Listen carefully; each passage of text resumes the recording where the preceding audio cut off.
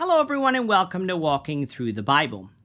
Modest behavior is something that is very out of vogue in society today. Telling a man or woman that they are dressed inappropriately or that they are acting inappropriately is usually met with the contempt of the one we're speaking to. "It's my body, and I'll do with it what I want," is a common response. Of course, to the Christian, we know that such a statement is not true from 1 Corinthians chapter 6. But even from a non-religious standpoint, a degrading of common decency isn't good for anyone. We often say that we want to protect children from over-sexualization, but then dress them in clothing that says anything but that. We expose them to television shows that are highly inappropriate for adults, let alone for children, and then don't monitor their activity on the internet.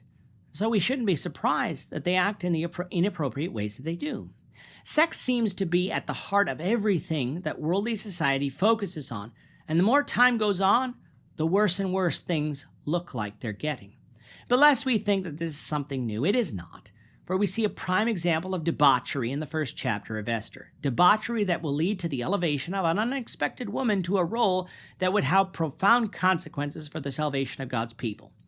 Let's see what those events are. So if you have a Bible with you, you can turn to Esther chapter 1. We're going to be reading from verses 10 to 22. If you don't have a Bible, don't worry. Just follow along with us on the screen. The version that we'll be reading from is the New King James Version. So Esther chapter 1, beginning of verse 10.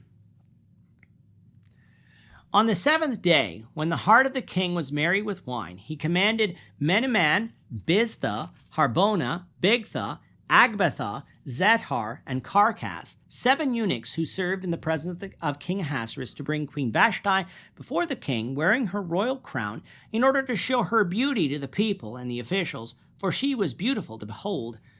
But Queen Vashti refused to come at the king's command, brought by his eunuchs. Therefore the king was furious, and his anger burned within him. Then the king said to the wise men who understood the times, for this was the king's manner towards all who knew the law and justice, those closest to him being Karshena, Shethar, Admatha, Tarshish, Meres, Marsena, and Mecuman, the 7 princes of Persia and Media, who had access to the king's presence and who had ranked highest in the kingdom, "What shall we do to Queen Vashti according to the law, because she did not obey the command of King Ahasuerus brought to her by the eunuchs?" And Memucan answered before the king and princes, "Queen Vashti has not only wronged the king, but also the princes and all the people who are in the provinces of King Ahasuerus. For the queen's behavior will become known to all women, so that they will despise their husbands in their eyes, when they report King Ahasuerus commanded Queen Vashti to be brought in before him, but she did not come. This very day the noble ladies of Persia and Media will say to all the king's officials that they have heard of the behavior of the queen. Thus there will be excessive contempt and wrath. If it pleases the king, let a royal decree go out from him, and let it be recorded in the laws of the Persians and the Medes, so that it will not be altered, that Vashti shall come no more before King Ahasuerus, and let the king give her royal position to another who is better than she. When the king's decree, which he will make, is proclaimed throughout all his empire, for it is great, all wives will honor their husbands, both great and small." And the reply pleased the king and the princes, and the king did according to the word of Memucan. Then he sent letters to all the king's provinces, to each province in its own script, and to every people in their own language, that each man should be master in his own house and speak in the language of his own people. In the last lesson, we said that we would save our identification of Vashti until now, so let's examine who she was.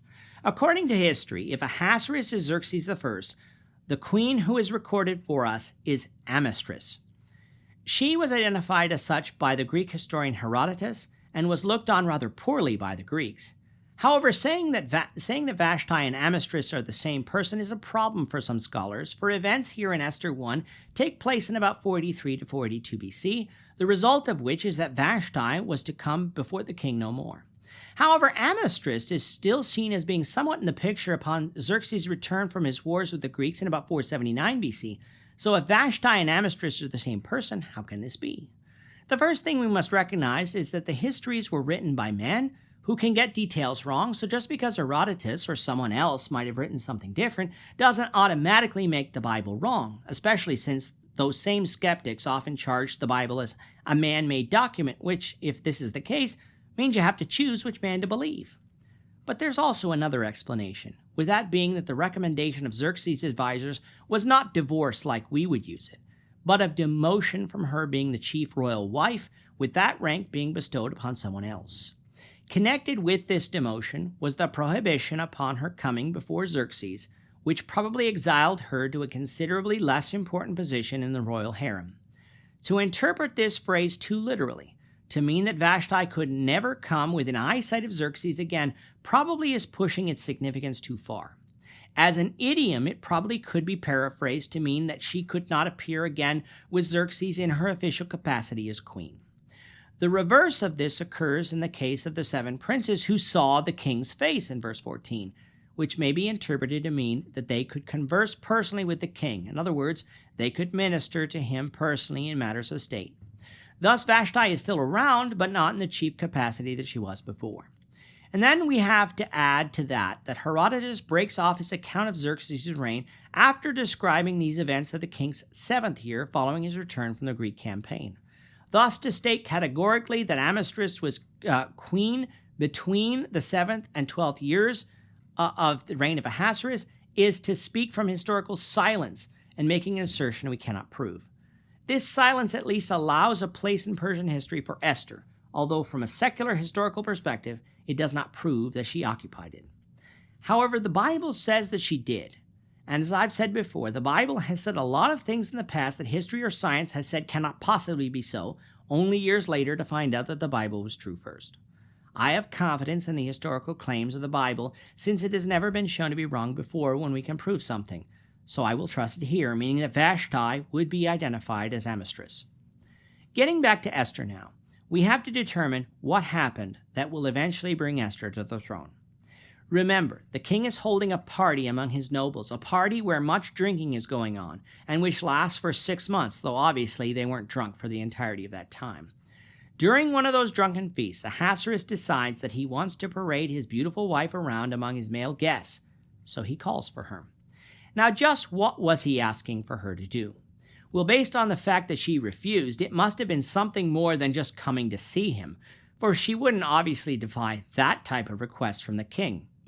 But based on the text and the later writings of Josephus, it appears that what Ahasuerus was asking Vashti to do was to come in and dance for the men, removing all her clothing in the process, and maybe even engaging in some more illicit behavior on top of that.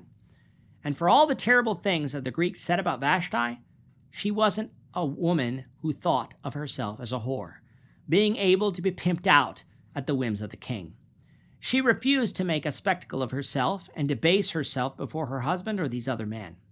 Now it is important to note, refusing an order from the king could bring the death penalty, and Vashti would have known that, but she was willing to take that risk in order to spare her dignity. I wish more men and women would have that attitude today. Men and women dress and act immodestly, sometimes because they want to, but other times because they are pressured by others to. Now, don't get me wrong, it's always wrong to act in such a sinful way, but let's be a people who can stand up to pressure, even if there's a price to be paid for standing on principle.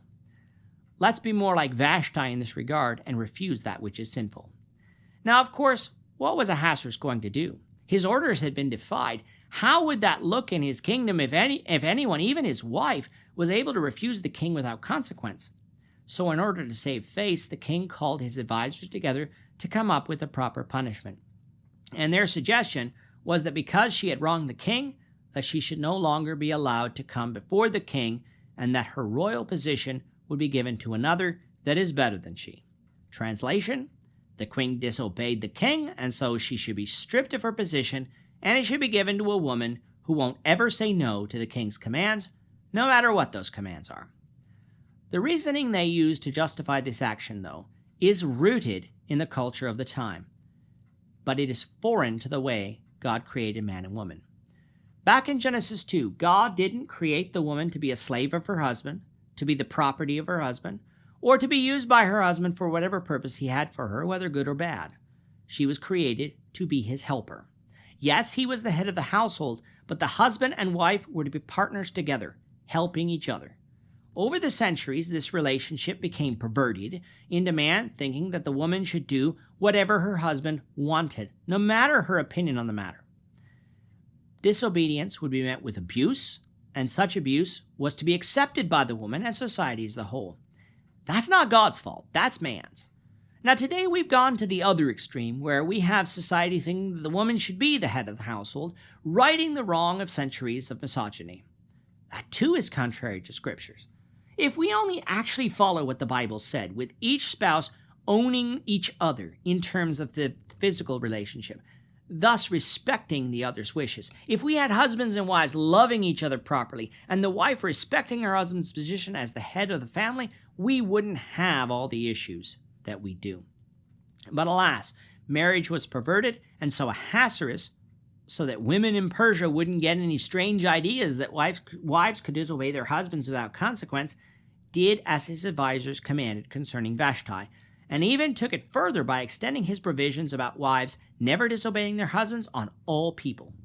This law would be written in the laws of the Medes and Persians that could never be altered. This feature about Persian law is unique and will play a major role in this book. Why did the Persians have it?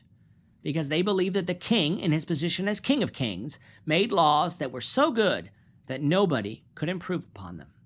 Now, of course, that's an absolutely ludicrous idea, as we see not only in Esther but in Daniel as well, showing us the arrogance of man who thinks himself above God.